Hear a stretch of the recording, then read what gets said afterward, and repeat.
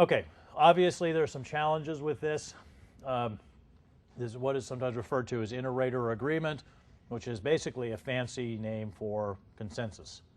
Okay, you want people to agree on these things. This is a part of the benefit of this, is that we all agree on what's to be tested in what order and how much.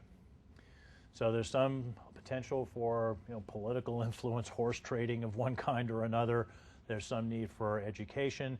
If ultimately you cannot obtain consensus, then somebody needs to be identified as the person to whom the disagreement has escalated, right? And that really ought to be whoever it is who's ultimately responsible for the success or failure of the product in the market, right? Because they're the ones that get to make the call.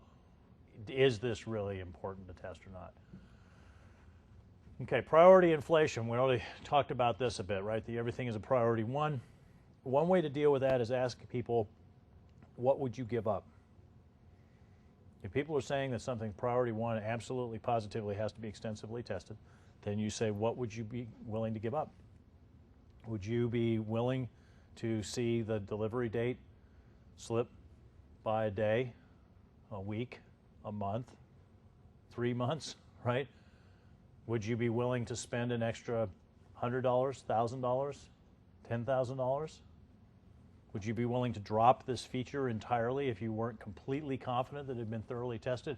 And if the answer is not a day later, not a dime more, and the feature stays in whether it's been tested or not, guess what? This is not a priority one quality risk. Okay, cannot be. Because not only are the quality risks, the level of risk associated with them relative to each other, they are also relative to the larger set of variables out there on the project related to features, schedule, and budget, okay? If people are not willing to pay the bill, if you will, for the testing that they're asking for, there is a disconnect between the constraints of the project and what they want tested. And that's just yet another classic example of what Fred Brooks referred to, the 10 pounds in the 5 pound bucket problem, right?